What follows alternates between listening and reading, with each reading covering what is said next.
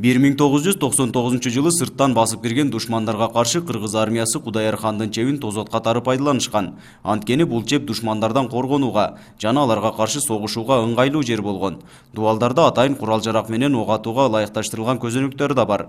Мындан сырткары бардык тарабы көрүнүп тургандыктан душмандарды алыстан байкоого болот. 19-кылымдын 60-жылдары Кудайыр хан тарабынан курулган мына ушул чеп 1999 жылы кыргыз армиясына дагы өзүнүн чоң пайдасын тийгизген.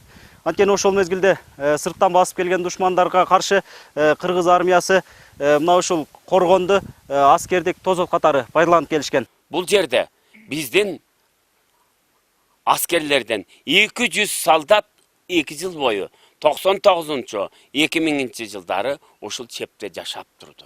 Ошол чепте аркы жексур карасакалчандардан элибизди чепте туруп коргоп турушту. Мезгилинде Кудайыр хан душмандардан коргонуу үчүн бийиктиги 3 метрден, туурасы 1 метрден ашуун чеп курган. Чеп 6 гектар жерди курчап 2 коргондон турат. Коргондун бири-бирине өткөн өтмөктө бийик дубал менен тосулуп, октон коргонууга ыңгайлуу болгон.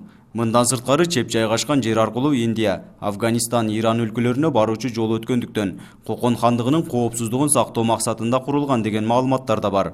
Чеп башкысы Кокон хандыгынын коопсуздугун сактоо, коргондуу максатында курулган. Анткени бул деген чептин этегиндеги жол ат жолу болгон. Ал учурда албетте автомашина деген, автожол деген болгон эмес. Демек бул жол 9 жолдун тоому десек жаңылышпайбыз. 1860 жылдан бери өзүнүн ичине көптөгөн тарыхый окуяларды камтып турган чеп жыл өткөн сайын урап жок болууда. Баткен облусунун аймагындагы эң чоң тарыхый эстелик болгонуна карабай, аны коргоп калууга аракеттер көрүлбөй келет.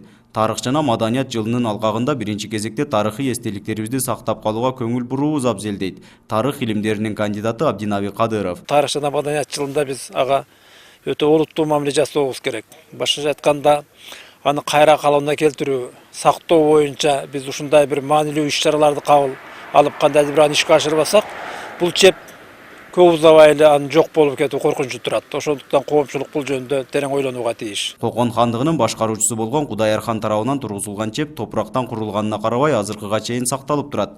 Бирок жыл өткөн сайын жаан-чачындын таасиринен эзилип, көпчүлүк жери урап кеткен.